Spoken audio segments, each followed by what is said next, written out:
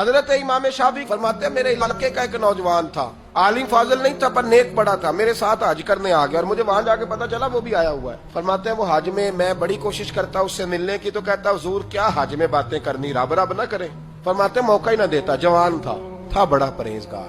فرماتے ہیں وہ جب بھی دعا کے لیے ہاتھ اٹھاتا تو کہتا یا اللہ مجھے قبر میں بھی نماز کی اور قرآن کی توفیق دینا۔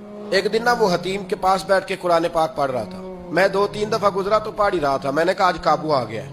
میں اس کے پیچھے بیٹھ گیا اور میرے دل میں خیال تھا کہ جتنا بھی آج پڑھے گا نا میں نے اسے 2-4 باتیں کر کے جانا ہے۔ اس نے قرآن مجید سمیٹا اور میری طرف دیکھ کے کہنے لگا حضور میں بھی آپ کا انتظار کر رہا تھا۔ کہتا میں خوش ہو گیا، لیکن اس نے کمال کر دی، جیب سے چند دینار نکالے اور کہنے لگا حضور آج ظہر کی نماز کے بعد نا میرا انتقال ہو جائے گا، تو یہ نا پیسے رکھ لیں، کفن خرید کے نا تو میرا جنازہ پڑھ کے تو یہاں جنت المعلا میں دفن کر دیں۔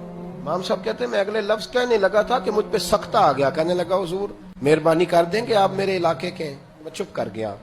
ظہر کی نماز میں نے دوبارہ اس جگہ پڑھی تو میرے ساتھ صف میں موجود تھا، فرض بھی اکٹھے پڑھے، سنتیں بھی اکٹھی پڑھی، نفل پڑھ کے جب میں نے توجہ کی تو وہ زمین پہ لیٹا ہوا تھا۔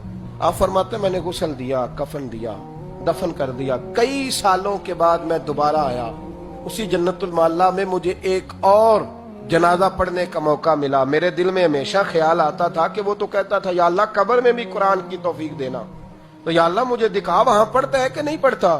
تو امام صاحب فرماتے ہیں وہ میرے دل میں بات تھی، اللہ نے موقع دیا، میں دوبارہ جنازے میں گیا تو جو قبر کھودی گئی وہ اس کی قبر کے بالکل ساتھ تھی۔ اچانک میری نظر پڑی تو قبر کی دیوار گر گئی، لوگ پریشان ہو گئے، کہنے لگے آپ عالم اب آپ بتائیں کیا کرنا ہے۔ تو کہتا ہے میں نے جھانک کے ذرا آگے دیکھا تو اندر بیٹھ کے قرآن پاک پڑھ رہا تھا، تو میری طرف دیکھ کے کہنے لگا السلام علیکم امام صاحب، یہ دیوار شیوار کوئی نہیں گری، یہ اللہ نے آپ کی دعا قبول کر لی ہے۔